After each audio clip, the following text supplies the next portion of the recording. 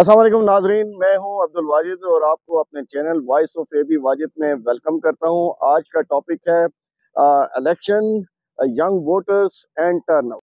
इसके ऊपर अगर हम बात करते हैं तो मेरा जो डाटा आज की आपके सेशन के साथ है वो डाटा बेस करता है इलेक्शन कमीशन ऑफ पाकिस्तान की website, ministry of education, Gallup survey. तो आइए चलते हैं, मैं आपके सामने कुछ डाटा रखता हूं जिसके मुताबिक हम देखेंगे पाकिस्तान में इस टाइम पाकिस्तान की आबादी कितनी है और यंग वोटर्स कितने हैं, ओवरऑल वोटर्स कितने हैं और हमारा टर्नओवर उसका क्या इम्पैक्ट करता है। तो आइए चलते हैं, शुरू करता हूं जी। पाकिस्तान की जो आबादी है वो अराउंड अबाउट 24 करोड़ है। इस time election commission of Pakistan के मुताबिक हमारे जो एलिजिबल वोटर्स हैं वो हैं राउंड अबाउट 125 मिलियन। अराउंड आप कहें कि 12 करोड़ 50 लाख वोटर्स हैं। अब हम देखते हैं इसमें इलेक्शन कमीशन ऑफ पाकिस्तान ने first time age wise voters को उन्होंने डिस्ट्रीब्यूट किया है, तो वो मैं आपसे शेयर करता हूँ। एज वाइज अगर हम 18 टू 35 ईयर्स ऑफ एज के वोटर्स की अगर हम पॉपुलेशन काउंट करें तो अराउंड 55 मिलियन प्लस जो है वो इस time 18 to 35 years of age के वोटर्स की पॉपुलेशन है। एंड 36 टू 45 अराउंड 27 मिलियन है। एंड 45 टू ऑनवर्ड 15 तकरीबन 55 तकरीबन 18 मिलियन है। इस हिसाब से 55 टू 16 राउंड अबाउट 11 मिलियन है। एंड 66 एंड अबव एज जो है वो राउंड अबाउट 12 मिलियन की आबादी पर मुश्तमिल है। ये वोटर्स काउंट जो एलिजिबल वोटर काउंट्स, इसमें अगर हम ओवरऑल परसेंटेज देखें तो हमें बहुत ही we people are very much lucky. Pakistan दुनिया के लकीस्ट कंट्रीज में है जिनकी यंग पॉपुलेशन बहुत ज्यादा है और उसकी यंग वोटर्स की तादाद भी बहुत ज्यादा है। ओवरऑल इस डाटा के मुताबिक पाकिस्तान की जो 55 मिलियन आबादी जो यंग वोटर्स की है उसमें से उसका टोटल जो शेयर है वो अराउंड 45% है। 55 मिलियन टोटल वोटर्स का मैं आपका 45% जो वोट है वो यंग पर्सन का है जो 18 टू 35 ईयर्स ऑफ एज की है। अब हम इसको एक और एक चीज भी देखते हैं कि अराउंड अगर हम पाकिस्तान को ओवरऑल दुनिया के डाटा के मुताबिक देखते हैं कि हम यंगेस्ट कंट्री अगर हैं तो हमारी क्या स्टैंडिंग है। अगर हम एशिया में देखें तो हमारा नंबर है फिफ्थ, और अगर साउथ एशिया में देखें तो हमारा नंबर है सेकंड। और हमारे साथ जो कंट्री है वो है अफगानिस्तान।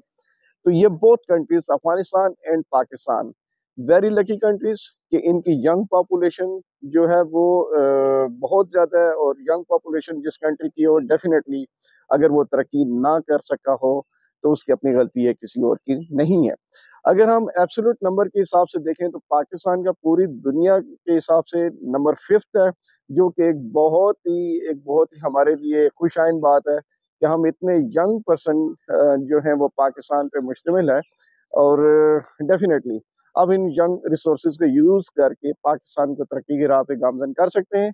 लेकिन वो कौन से फैक्टर्स हैं कि हम इतनी यंग पॉपुलेशन होने के बावजूद भी हम पाकिस्तान को उस तरीके से तरक्की की राह पे नहीं ला सके जिस तरीके से ये डिजर्व करता था। तो आइए हम थोड़ा सा एक बैकग्राउंड देखते हैं। 1988 के इलेक्शन से ऑनवर्ड 8 इलेक्शन हो चुके हैं, और 8 इलेक्शन में अगर हम यंग जो वोटर्स हैं उनकी पार्टिसिपेशन देखें तो अनफॉर्चुनेटली ये ओनली 37% इनके टर्न रहा है। तो टर्न जो है वो किसी भी इलेक्शन की एक बैकबोन है। आप जितने मर्जी वोटर्स को इंडक्ट करवा लें, लेकिन अगर आपका टर्न ठीक नहीं है तो आपके इलेक्शन जो है उनका रिजल्ट आप कहें कि ऑथेंटिकेटेड वो रिजल्ट नहीं होता। तो यंग वोटर्स को अगर हम देखें तो अगर उनकी participation up to the 8 election 88 से ऑनवर्ड ओनली 37% है, this is a big question mark on our system as well as on the confidence of young voters कि वो कौन से फैक्टर्स हैं कि वो हमारे ऊपर वो ट्रस्ट नहीं कर रही या उनके फ्रस्ट्रेटेड हैं, वो कौन से फैक्टर्स हैं। देखिए, मैं थोड़ी सी एक चीज और भी बताता चलूं कि बहुत सारे फैक्टर्स में से एक चीज ये बहुत ज्यादा अहमियत की आमल है कि हमारे जो मेन पार्टीज हैं पाकिस्तान की जो इलेक्शन में हिस्सा लेती हैं या जिनका वोट बैंक की रेशियो बहुत ज्यादा है, उनमें देखें हमारे पास तीन मेन पार्टीज आती हैं, पीटीआई है, पीएमएल नून है, पाकिस्तान पीपल्स पार्टी है। तो अगर हम ये देखें कि इनके कैंडिडेट की एज को अगर हम देखें तो जो पार्टिसिपेशन है यंग ब्लड की मेन पॉलिटिकल एक्टिविटीज में जो इनकी पार्टिसिपेशन है, अगर उसको हम देखें तो 17% जो है वो पीटीआई है, 13% PML Noon and 23% Pakistan Peoples Party की पार्टिसिपेशन है यंग बंदों की। और ओवरऑल हम देखिए पीपल्स पार्टी इस मामले में लीड लेके जा रही है, लेकिन once again question mark, 23% only, ये कहीं से जस्टिफाई नहीं करता। देखें, ये सारे हकाइक तो मैंने आपको एक डाटा बताया, एक इंडेक्स बताया, एक अथेंटिक वेबसाइट से, अपनी एक थिंक टैंक से, उनसे एक डाटा आपसे शेयर तो मैंने कर दिया।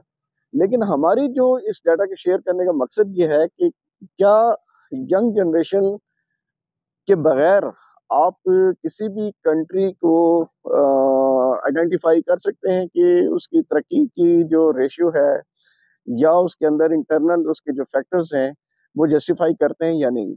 अभी मैं वो डिस्कस करूंगा कि पाकिस्तान के जो ये यंग वोटर्स हैं, ये यंग पॉपुलेशन है, ये क्यों इतना इंटरेस्ट नहीं लेती है इलेक्शंस पे। यंग वोटर्स की अगर हम बात करें तो सबसे पहले तो अब यंग पीपल को क्या हमारे इलेक्शन कैंपेन्स, हमारी मेन पार्टीज मैनिफेस्टोस और जो हमारे स्लोगन्स होते हैं इलेक्शंस में या जो पॉलिसीज अनाउंस की जाती हैं, क्या वो यंग पर्सन को अट्रैक्ट करती हैं या नहीं करती। सबसे बड़ी बात यह है कि हमारे ट्रेडिशनल स्लोगन्स होते हैं, हमारे ट्रेडिशनल नारे होते हैं जो कि यंग वोटर्स को कभी भी अट्रैक्ट नहीं करते। कैसे, आप बताइए, क्या किसी भी स्लोगन में पाकिस्तान के एजुकेशन के ऊपर बात हुई? क्या इक्वली डिस्ट्रीब्यूशन ऑफ रिसोर्सेज की बात हुई? क्या जो जॉब्स के ऊपर प्रैक्टिकली कोई बात हुई नारों के अलावा? क्या यूथ को प्रैक्टिकल पॉलिटिक्स में पार्टिसिपेशन की कोई बात की गई? क्या इंट्रा पार्टी डेमोक्रेसी का एक कोई निज़ाम वाज़िया है कि जिसमें यंग पीपल को लाइक उसको एक्टिवली उसको पार्टिसिपेशन का मौका दिया जाए? नहीं। जब आपके लीडरशिप जो क्या कहते हैं यंग पीपल को इतने मौके प्रोवाइड नहीं करती, तो फिर यंग वोटर्स का बिहेवियर भी होता है कि वो फ्रस्ट्रेटेड होते हैं, वो ऑलरेडी वो अनएम्प्लॉयमेंट के शिकार हैं, वो लैक ऑफ एजुकेशन का शिकार हैं, अर्बन एंड रूरल जो एजुकेशन गैप है वो बहुत ज्यादा है। तो जब ये सारे फैक्टर्स होंगे तो वो उनकी फ्रस्ट्रेशन लेवल, वो अपनी फ्रस्ट्रेशन शो करेंगे इलेक्शन के दिनों में, वो वोट नहीं कास्ट करेंगे, और जिसका रिजल्ट हमारे पास डाटा की सूरत में कि ओनली 37%, और वो भी एजुकेटेड एंड यंग वन। तो डेफिनेटली ये एक बिग बिग क्वेश्चन मार्क है हमारे इस एजुकेशन सिस्टम के ऊपर भी, हमारे इलेक्शन सिस्टम के ऊपर भी, और हमारे जो हल्के अहबाब हैं, जो जिम्मेदार हैं इस चीज के, जो पॉलिसी मेकर्स हैं, वो इस चीज के जिम्मेदार हैं कि क्या वो यंग वोटर्स को, यंग वंस को वो इक्वल अट्रैक्शन दे रहे हैं या नहीं दे रहे। देखिए, कैसे आप यंग वोटर्स को लेके आए। हमारे दौर में कॉलेज यूनियंस होती थी, उसमें लाइक अगर मेन हम यूनियन की बात करें, एमएसएफ होता, पीएसएफ एंड जमीयत, ये डोमिनेट किया करती थी। तो उसमें जब भी इलेक्शंस होते थे हम देखते थे कि यंग पीपल बड़े ही जोशो खरोश के साथ इलेक्शंस में हिस्सा लिया करते थे और प्रैक्टिकल पार्टिसिपेशन किया करते थे। ऑल्दो उस टाइम भी टर्नओवर इतना नहीं है, लेकिन एक एनवायरनमेंट बहुत पॉजिटिव हुआ करता था कि जब आपके यंग बंदे बाहर आया करते थे। अभी आपका वही यंग पीपल जो हैं वो लाइक फ्रस्ट्रेशन के शिकार हैं, स्पेशली ये जो ड्यू टू आपके सोशल मीडिया इम्पैक्ट बहुत ज्यादा है। लास्ट गवर्नमेंट और प्लस गवर्नमेंट में इस टाइम आप देखें तो थोड़ा सा यूथ ने थोड़े से परसेंटेज ज्यादा हुई, राउंड अबाउट 10% यूथ ज्यादा आए, उन्होंने 2018 के इलेक्शन में ज्यादा वोटिंग की। अब देखते हैं 2024 के जो इलेक्शन है इसमें यंग वोटर कैसे पार्टिसिपेट करता है। आप कोई भी कंट्री, जब आप एक साइड पे तो लकीस्ट कंट्री हैं कि आप इतनी यूथ पावर के ऊपर मुश्तमिल आपकी आबादी, लेकिन साथ ही आप अनलकी भी हैं कि वो यूथ को आप पॉजिटिवली यूटिलाइज नहीं कर रहे। और मैं तो मिसाल ऐसे दूंगा कि लेट्स सपोज एक घर अगर